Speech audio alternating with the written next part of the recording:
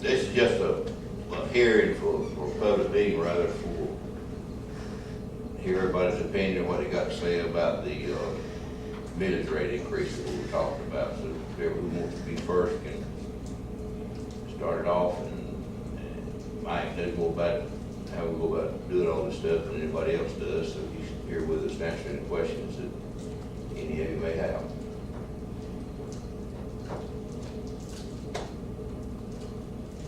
Well, I've never been bashful. I don't think I know most of y'all, but I'm Archie Miller. And before I could make an opinion on it, I wanted to look around and compare. And I looked at the 7 counties that touch us all the way around. And there's only one county. If we do the proposed 15.38 mills, there's only one county we'd be ahead of. And we're so far, well, just to give a rundown of it. Appleton County, they're at 12.9. Bacon, 13.9. Coffee, and before I even say this, think of all these counties, the most industrial growth, the most businesses coming in, has probably been in Coffee County of any of these. Coffee County is only 7.84%, or 7.84 billions. Jeff Davis, we're currently at 12.8, which will put us in the running with everybody else if we don't do this increase. Montgomery County is 12.59. Telfair, 13.9. Toombs County, 9.6. Go down to Wheeler, again, they're the only ones, and they're at 16.0. I don't see, we're looking at these counties, the one that is leading the pack in a high millage rate seems to be following the pack in bringing industry into the county. When it comes down to a budget, I know things are tough. I'm sure they're tough in this county, they're tough at my house, and I'm sure most everybody else is too. But you don't spend yourself out of a hardship. You save yourself out of a hardship. And when I have a shortage, I don't go to my employer and say, give me more money. I learn to live within what I have. I know it's a hard decision. I work employees every year, and a lot of them are seasonal, and I have to lay them off. It's hard to look at someone that you've grown to know and grown to like and has done a wonderful job, and to tell them, I don't have the work and I can't afford to keep you here when I don't. It's hard to do. It's a necessary thing to do sometimes. I know it's hard to look at the people that elected you to this office and say there's some services that we can no longer perform at the level that we once did. But if money's got that drastic, it's time to make drastic decisions, and that'll have to be done. I don't think the answer would be to increase us to a millage rate that puts us so much ahead of our surrounding counties that any opportunity we have for additional revenue by bringing something in that would employ people here, bring people here that would be eating here, they'd be shopping here, anything that would encourage someone to come and build a business in Jeff Davis County to do something that is directly in proportion to preventing them from doing it. I worked for years for Walmart Distribution. I was with them for 10 years. And I remember that for those 10 years, we were tax-free in Coffee County. Why? To get them there. Because look at the people they employed, look at the people they brought in and spent money there. It worked for Coffee County. It's continuing to work for Coffee County. Increase, I don't see as the way to get us out of our problems. That's all I've got to say. Very well said. I think so too. Very well said. Charlie? The only thing I really wanna know is, and I'm getting my information out of the ledger on this current 2013 tax digest, is for the past 5 years, it's been pretty reasonable. The tax increase, like .06 minus 2.76. Then you get over to 2012, it's 3.92. And then I guess the proposed is 21.13, which is 5 times last year. You know, I know things are gone up, but 5 times, that's what I don't understand. I can probably answer some of that, not all of it. And I agree with a lot of what you're saying. But one thing that's happened here, and it's happened in other counties too, where we had our state legislature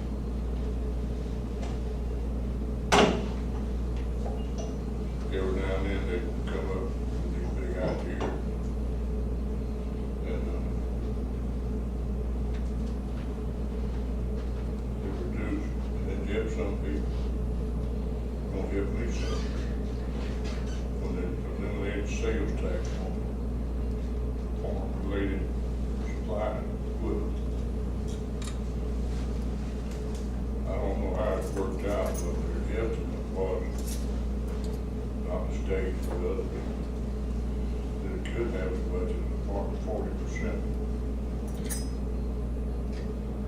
decrease in our sales tax.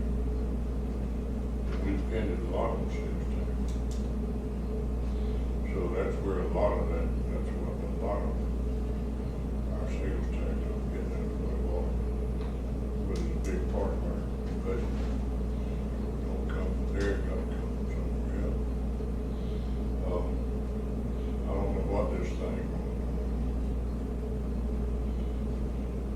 on car tags and taxing.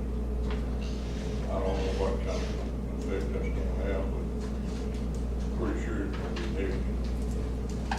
In areas like that, for an increase in spending, there's been very little increase in the budget as far as expenditure. What brought this about, and it's been coming for years, since I've been up here,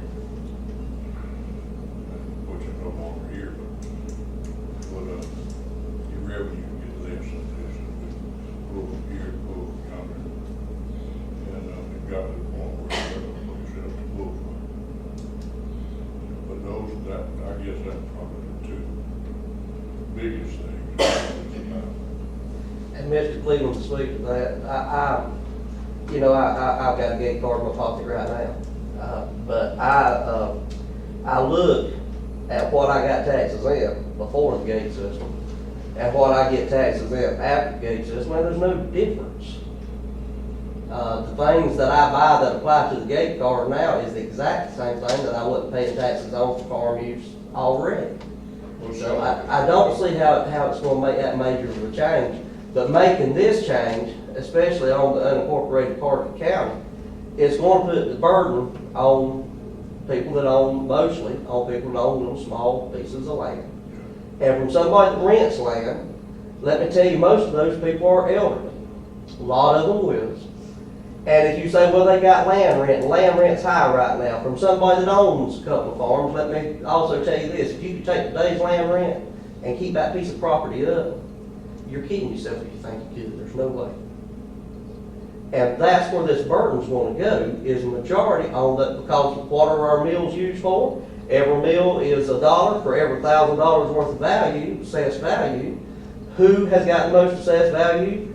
Those few people out in the rural areas, other than the big businesses in town, those few people out in the rural areas that's got a little piece of property. And it just don't seem right to put that burden on their back. Well, it seems like, I agree with you pretty well. It seems like you just got so many areas to pull revenue from, you know, seems like we're getting at or beyond the point. You know, you can't go so high. I mean, you know, it'd be reasonable, but taxes are high, and I don't like to pay them. Never have. And I'm like you, I live on a little farm, always have. And I still don't farm, I got some cattle. And I look after them, try to. But it gets hard because all your fertilizer, everything you touch goes up and up and up. And just like in the business, your home expense. I don't know what the answer is going to be, but in the end, I can see somewhere down the road they're going to have to back off and relook at the way we raise revenue. Taxes is not fair. Some years ago, and it probably hadn't changed. I forget the exact percentage, but of your total population, it was about 50% of your population was landowner. Those landowners paid best I could do, something in the neighborhood like 70% tax. You know, because, and that's not exactly fair at all. Ought to be where everybody pays equal share. If you make a lot, you pay a lot. You don't make much, you don't pay much. But it seems like that's too simple. You know, people, they can't go that. You got to go with all this complicated stuff. And you have a lot of special interest groups that they always work out a way where they get exempt or not exempt. One thing on that gate legislation, that a lot of bigger counties that's got more industry and more business, maybe it's not going to affect them that much. But a little county like Jeff Davis County is largely agricultural. So if you lose that portion of that. But those farmers already taxes it already. They were already getting that On money. their equipment and some of the supplies. On their equipment, their fuel, and a lot of their supplies. But some of them wasn't. And it's happened before I left, and they were just coming in, but you could see a drop in a significant drop in the sales tax on where it is now. I've never seen an increase that big at one time. I'm not very old. I'm only 78, still a youngster. But at one time, I have never in my life seen an increase that big at one time. And I'll agree with what the gentleman over here said. Of course, this is going back years ago. But this county needs to change the way it is operated. When Claude Cook wanted to put a tire station plant out here, the county would not give him 3 years of tax-free. That's all they wanted. I know because I wound up buying the land from him, from his wife. He wanted just 3 years of tax-free. Davis County said no. But look at the long run. That's what this county needs to do, is look at the long run. Look at Baxley. Baxley was a little small town too. Baxley is outgrowing Hazelhurst 10 times. Why? Because of the people will not let industry come into this county because they won't give them a little bit of a tax break. Now, when I was working, I covered 32 counties in South Georgia. And I went on all kinds of roads because I worked for the farmer. And I have never in my life seen roads like they are in this county. And you know, we're taxed to death. How much? And it's going to hurt the old people. On fixed income. Now, I'm retired. I'm on fixed income, but the Lord's been good to me. But, you know, you can only pay so much taxes. We're paying, if you're going to raise 19.2%, then you're already paying 7%. Tax is tax, gentlemen. That's right. And you're going to tax us to death. Let us see some results and go up a little at a time. Not bang, take everything out of your pocket. Going back to your tax increase, half of this tax increase that we're doing is going to this new plant that we're getting here in town. It's gonna work between 75 and 100 people. And it's not going to the plant per se. We've got to do the county's got to do the infrastructure. We've got to build the roads. We've got to do the whole 9 yards to make this thing accessible to get from everywhere they are to the mills. The county has to foot all that bill. Yeah, that's one plant, agreed. But how many other industries has wanted to come into this county that backed out and went somewhere else? I don't know of any since I've been here now in the past. What about the So I prison? can't answer that. Look how many jobs they would have brought into here. And if a prisoner escapes, you think he's gonna stay here? No, he's gonna take off. And look at all these other counties that's letting them in, you know, giving them breaks, letting them build things, and this county could do the same thing. And it's more than that, these other counties has got committees to get out there and find industries and offer them something. Offer if you them want to. incentives to come to this And county. instead of just sitting here and hoping we want to come by and ask us about it. Well, that's what we got in the development authority, that's what they do, they're the ones that's instrumental in getting the industry we've got now. That's why you got the development authority. What saved African County?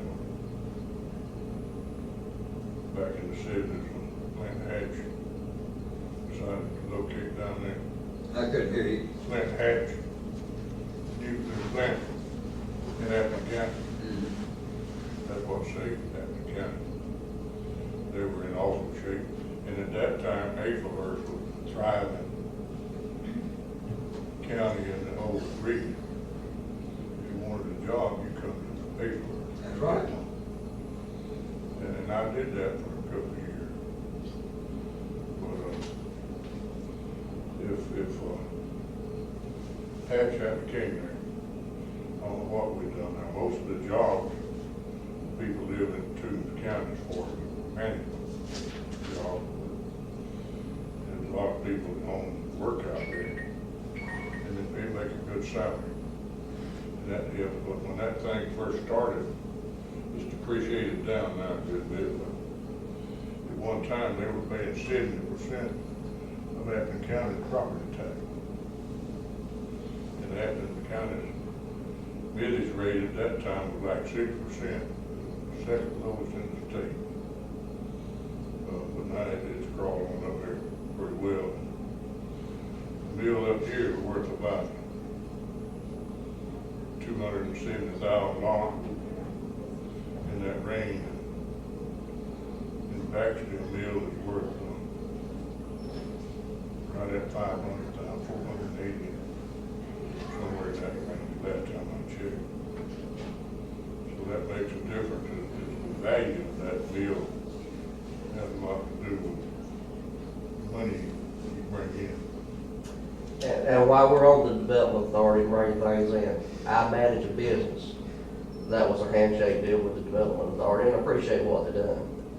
But again, let me compare this, because I got a lot of friends of mine that's managing business in Coffee County, and let me explain some of the differences.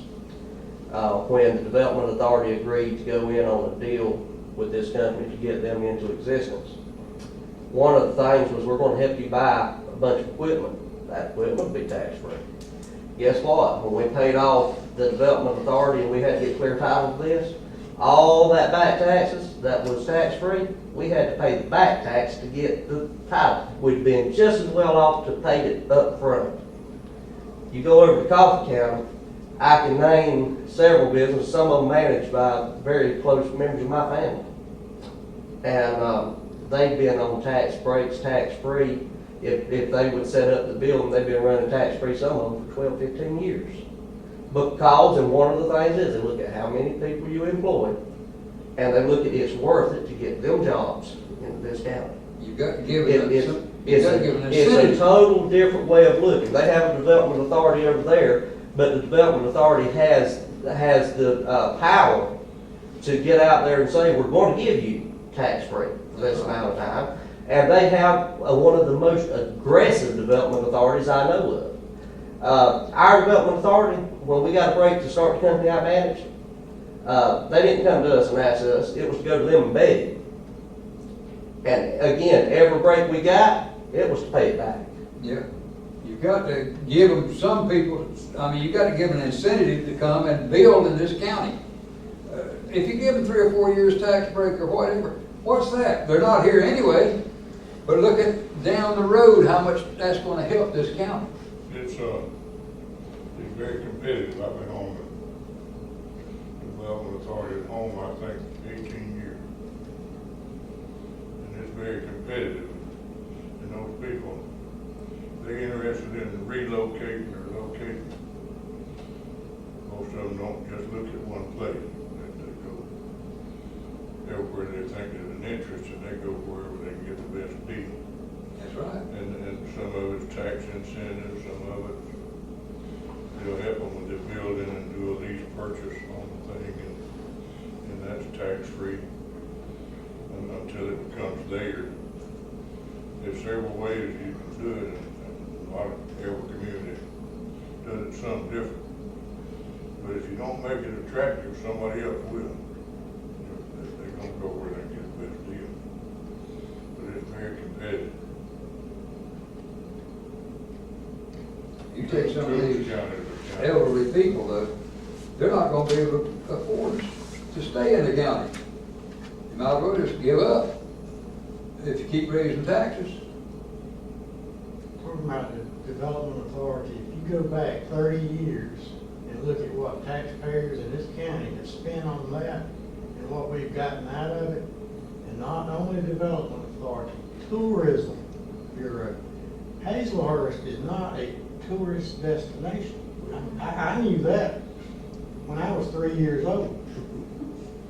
And we need to do away with things that don't work. I've got to feel some of that. I've never met a tourist uptown asking me the way to the lake or to the mountains. They lost, they tried to go somewhere. Right. Just coming through right now, Right. girls.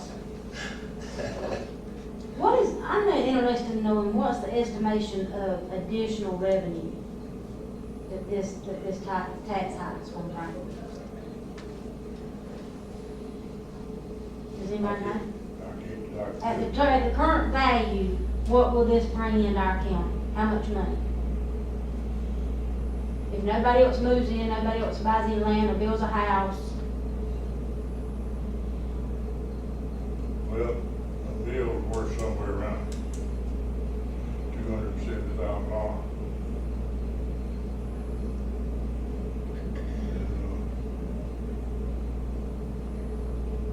Increasing the taxes by 2.5, So over 2 mil. 2 more. It's over 2 mil. So it'd be that. so we looking at basically less than $1 million. No, but I think out of that now. Yeah. 600,000, 650 something. What it bring in a year.